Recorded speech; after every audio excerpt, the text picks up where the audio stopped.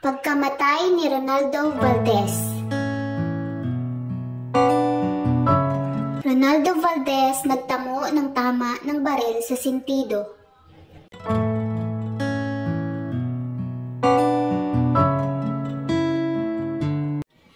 Binusisi ng Quezon City Police ang dahilan sa pagkamatay ng aktor na si Ronaldo Valdez na natagpuang duguan at may tama ng bala ng baril sa ulo noong Linggo ng hapon sa kanyang tirahan sa Quezon City.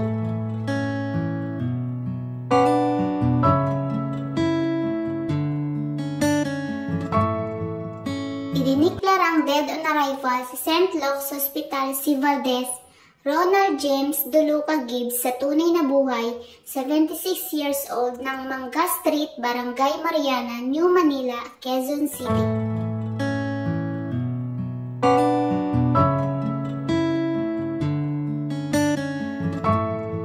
Batay sa report ng Quezon City Police District Criminal Investigation and Detection Unit, nadiskubre ang bangkay ng aktor ng driver nito na si Angelito Oclaret dakong 3:20 ng hapon sa loob ng bahay nito.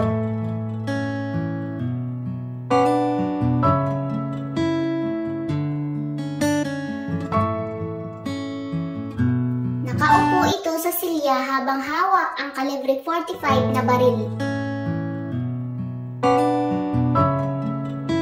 Sa pagsisiyasat ng SOCO team ng QCPD Forensic Unit, nagtamo ng tama ng bala ng baril sa kanang sentido ang aktor.